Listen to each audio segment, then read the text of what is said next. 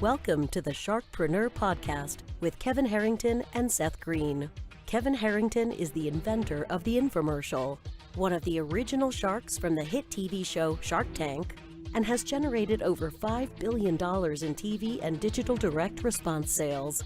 Seth Greene is the world's first trusted authority on cutting-edge direct response marketing, a best-selling author, and the only 3-time Marketer of the Year nominee. On the podcast, Kevin and Seth interview Sharkpreneurs who share straight talk on what it takes to explode your business. Do you want to become insanely successful? Do you want to be the go-to guru in your industry? Do you want to be talked about for all the right reasons? For over 40 years, Kevin Harrington has helped people just like you become significant influencers. Now he's broken the process down in the Key Person of Influence roadmap, and it's yours for free.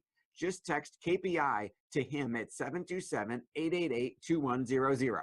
Text KPI to 727-888-2100 right now and claim your free step-by-step guide. Text KPI to 727-888-2100 to get the recognition you deserve and experience the success as the go-to voice everyone listens to in your industry today. Welcome to the Sharkpreneur podcast. This is your co-host, Seth Greene. Today I have the good fortune of interviewing Anton Kraly of dropshiplifestyle.com. He's got an incredible story. I can't wait to dive in. He started his first e-commerce store in 2007 with $29 and did over $680,000 in sales in the first year, doubled in year 2, increased another 50% to $1.8 million in year 3. Absolutely incredible success story. Anton, thank you so much for joining us. Of course. Thanks for having me on. All right. So let's go back in time a little bit. First of all, you started your first store in 2007 with $29. What inspired you to do that? Tim Ferris, 4-Hour Work Week. That book came out. It introduced me to e-commerce for a reasonable price. And I thought, why not? Let me spend a weekend in Yahoo stores and see what I could do. Awesome. All right. So what did your first store sell? What was the first product you ever listed? Yeah, it was actually cookies. So NewYorkCookieShop.com. That was my first website. Reason being, I actually was technically owning a business, but it was a delivery route for a bakery in Brooklyn. And, that was the product I had access to. And that was really the only thing I could think to sell online. So took the products, took some really low resolution photos with an old digital camera and put them on a website and started running Google AdWords. That is awesome. So how did $680,000 in sales in your first year? I mean, some people would be happy with that in year 10. Yeah, how the heck did you leverage $29 and $500,000? Not with cookies. So the cookies, they were selling, and that's a lot of cookies. Yeah, basically what that taught me is, people do buy things online, and you don't need to have a huge development team to make an e-commerce store. So after I was doing that for not long, probably a month or so, I thought, okay, I'm selling these $20 boxes, $30 boxes. What can I sell that's $1,000 and $2,000? And I started looking, back then I was looking on eBay at completed listings, and I was looking for products that sold consistently at those high prices, identified a whole bunch of different home goods, and just went to Google, typed in how to buy stuff from China, and started importing from China through Alibaba back then. Okay, so you started off selling cookies. That started to work. You said, I need to sell stuff that's about 50 times more the price. Yeah. What's an example of a home good that you got from Alibaba? Yeah, so something like, a sofa behind me. So, big leather sofas, bed frames, bars for people's houses, different things that people could buy probably at a location near them. But if they want a unique color, they want a unique size, if it was like a countertop, maybe they want a unique style of marble, things that would draw people to the internet, and, things that people in the upper middle class are comfortable spending maybe $1,000, $1,500 online and waiting a couple weeks to get it. All right. And it's obviously 2007, back before Amazon ruled the entire world. Yep. Now, just so that our listeners and our viewers are clear, you were not physically, you don't have a giant warehouse where all this stuff is. You're not lifting onto pallets and trucks. No. So explain how that works. Yeah, the first few years we were using fulfillment centers. I didn't know what drop shipping was. So we basically partnered with logistics companies where we would bring in containers, have them stored at places we basically rented space from, paid the employees there on a per order basis to ship stuff for us.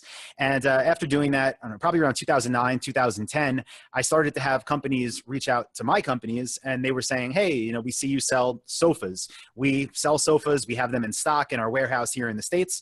And if you want to, you can list them for sale on your website. So that was kind of how I got introduced to the concept of drop shipping, which is similar to what I was doing in the sense that my job was to build a quality website, drive buyers to my website, turn them into customers. And the only difference is instead of buying the items from China, I was having different brands in the States ship them from their warehouse to my customer. Okay. And obviously then $680,000, even at $1,000 a pop, is still a decent number of sofas and beds. How did you differentiate yourself when there's so much competition? Yeah, so I think something that I've always been good at is just advertising. So Google Ads, even back then, was our biggest source of traffic, not the traditional ads people normally see that are known as search text ads. So our go-to is what's called product listing ads. And what that is where you could basically upload your product feed. So if you have 100 products, you can upload those 100 products to Google through something called the Google Merchant Center.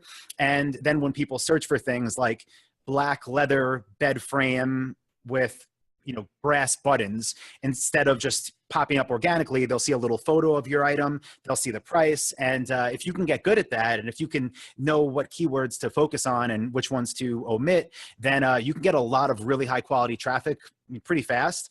Some other things back then that a lot of people weren't doing is focusing on high quality photos. So even back then, you know, if someone's going to spend $1,000, they do want to see the thing as much as they can. So we would get as many high resolution photos as we possibly could. We would try to get videos from our suppliers that we can embed on our websites and try to give the visitor to our website as close to the experience they would get if they walked into a showroom somewhere.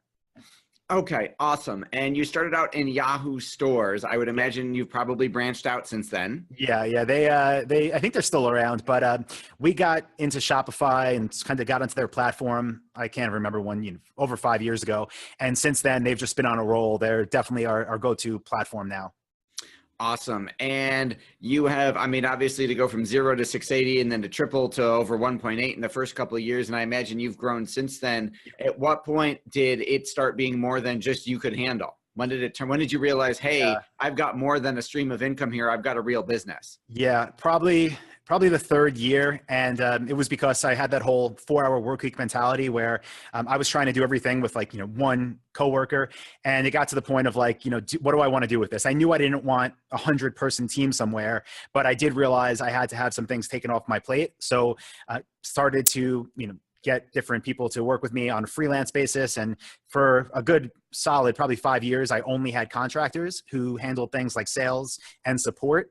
We still don't do outbound sales. So basically, you know, handling the leads that come through calls, emails, live chats, got that off my plate, which made a huge difference.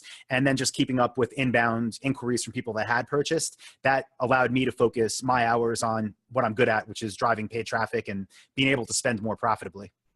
Absolutely. So at what point did this start getting attention where you started teaching other people how to do what you did?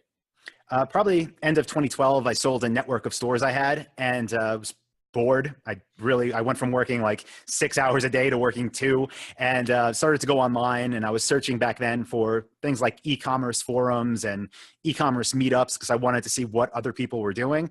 And basically I found back then it was the warriorforum.com, which was people telling each other what Internet I saw. Marketing, yep. Yeah. And just a bunch of bad info on e-commerce back then. So kind of was like, all right, let me make some comments and answer some questions. And people liked what I had to say. I started to get a bunch of private messages and thought, you know what, let me just make a series of videos. And I think, it was probably end of 2012. And that was like the first version of what is now Dropship Lifestyle. Okay. And Russell Brunson, obviously been on the show multiple times, a friend of ours. I can't help but notice a 2 Comma Club and a 2 Comma Club X award on your walls. Can you talk a little bit about which funnels those were for?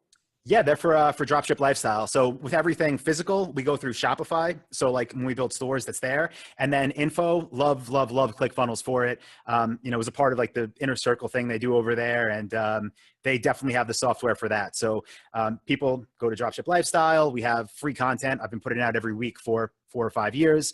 If they want, they can go to a webinar. On the webinar, we sell different training programs, done for you services. So it's for the Dropship Lifestyle funnels. Okay, so that's the coaching, consulting, info product side of the business. Yes. Okay, so you started young, you got in early, you were looking to kind of avoid a job. You've created something. Did you ever in your wildest dreams imagine that hey, I'm going to start a store for $29 is going to lead to a multi-million-dollar empire? Kind of. I don't want to say like not being cocky, but like I knew that that's what I wanted to have some kind of empire. I didn't know online was an option. I thought I was going to maybe make some money with it. But my original plan back then was I was going to open different franchises. So I was looking into open Subways and pita pits and things like that. So I thought I'd get there somehow. Didn't know it was going to be through e-commerce, but I knew I'd figure something out and keep working until I got it. That's awesome. Congratulations. You've achieved an incredible amount of success. What do you like best about what you do? Well, right now it's kind of connections. So being able to, get on calls like this and meet people and go to different events and host different events and just have something that I didn't have those first maybe 4 or 5 years when I was in business, where it was me on the computer trying to figure stuff out. Now I feel like I have a community, I have a network, and it's like night and day. It's fun, it's fulfilling, and it's like another network of friends, I would say. Absolutely. With all the success you've achieved, what's your biggest challenge? It's probably still people at this point. So we have a team. I have about 13 people that I work with that do different things for our companies. And, just finding like everybody's different. Everybody has a different personality. Everybody's fulfilled different ways. So trying to make sure people are happy and fulfilled and productive is something you can't automate. So have to be that. That's an excellent point. Feelings are tricky parts to automate. Yes. That'll be our tagline for the show. All right. So what's next for you? Dropship Lifestyle, obviously over $10 million. The drop shipping business, you're still in that. That's still, okay. You haven't sold all your stores. You've sold some of them. I would imagine you are a super user of Shopify. How big do you want to take this? What's next for you? So right now I'm in Austin, Texas. We've been out here for about 3 years. I'm actually Internet Marketing Capital. I am, but I'm moving. So taking everything, moving the office, moving everybody to North Carolina. Not good for state sales tax, but I don't know, kind of a place I want to be. So the plan is to set up another office there, but also a warehouse and get back into a little bit of private labeling and warehousing and grow some of the physical product brands along with doing everything we continue to do at Dropship Lifestyle.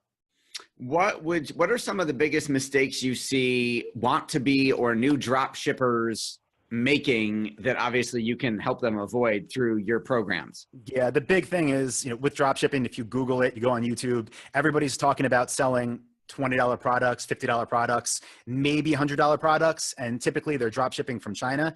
And, you can do it. People definitely make money with that model. You started there. Yeah. Yeah, but it's totally different than what we do. And when people get into that, a lot of times they struggle with customer complaints because things take 3 to 4 weeks to get delivered. You need to sell volume if you're going to make money because you make $10 per order. So if you're doing a lot of volume, you are on the computer all the time. You need to scale ads and be extremely you need to be really profitable on your ad spend because you're not making much. So I think the easiest thing that I could just say here is focus on expensive products, find domestic suppliers. If you're in the States, find suppliers in the States. If you're in Australia, find suppliers there. We have students in the UK, they have suppliers in the UK, and just work that way. It's a smoother business. Customers are happier. You make more per sale, and it's just an easier business. That makes a whole lot of sense. Are you still running traffic every day? Oh yeah. So we have people that come on that work with us, but I enjoy it. And honestly, that's where almost all of our budget goes between the staff, the rent, everything. That's where money gets spent because that's what makes us money. And it's so much that goes out. I do have trouble letting that go. I like to see it. I like to be in control of a lot of it. That makes a lot of sense. Absolutely incredible story. If it hasn't already, have you thought about writing a book? Yeah, I did one last year. We didn't put it out just because I want to do it right. Like we had like a launch date set and everything internally. And then I was like, I feel like we're rushing it. So I have like 200 copies sitting on the shelf and, it's ready to go. Oh, so it's written, it's done. It's written, it's printed, but it's ready for a funnel. Yeah. The plan is we're going to do 3+ shipping funnel there, man. Yeah. My thought process was we're going to do it the right way early this summer. That way, when people are taking some time off, going to the beach, going on vacation, they'll buy it, bring it out with them. And I think it'll be a summer launch. That's awesome. Well, we'd love to have you back to talk about the book when it's ready. Anything else? I mean, we could talk for hours, but I know your time is incredibly valuable. Anything else you want to share with our viewers and our listeners that I haven't thought to ask you yet? I would just say if you're going to do it, like another pitfall, if you want to get into e-commerce or drop shipping or really anything, just know that it's a simple business model, but it does take real work. If you're going to do it, commit to it. Plan on putting a month of work in before you see a dime. And if you're willing to do that, then you should be able to make this work just like any business, really. Awesome. Well, congratulations on all your success. Fascinating interview, incredible story. For our viewers and listeners who want to learn more about you, your incredible journey, and how they can possibly participate, where is the best place for us to send them? Dropshiplifestyle.com. Got everything linked up off there. Beautiful. All right. Anton of dropshiplifestyle.com, Sharkpreneur, Seth Greene. Thank you so much for an amazing interview. All right. Thank you, Seth. Do you need money to fund your idea, product, or service? Are you ready to take your business to the next level, but need capital to get it done? Kevin Harrington has heard more than 50,000 pitches and knows how to help you make the perfect pitch to get the funding for your entrepreneurial dream. He's distilled the process down in his perfect pitch cheat sheet, and it's yours for free. Just text PITCH to him right now at 727-888-2100. Text PITCH to 727-888-2100 right now and claim your free perfect pitch cheat sheet. Text PITCH to 727-888-2100 to start funding your dream today. This show has been produced by Market Domination, LLC. To discover how you can have your own show completely done for you and turn it into a real published book and become the authority in your marketplace, go to www.marketdominationllc.com/podcast offer.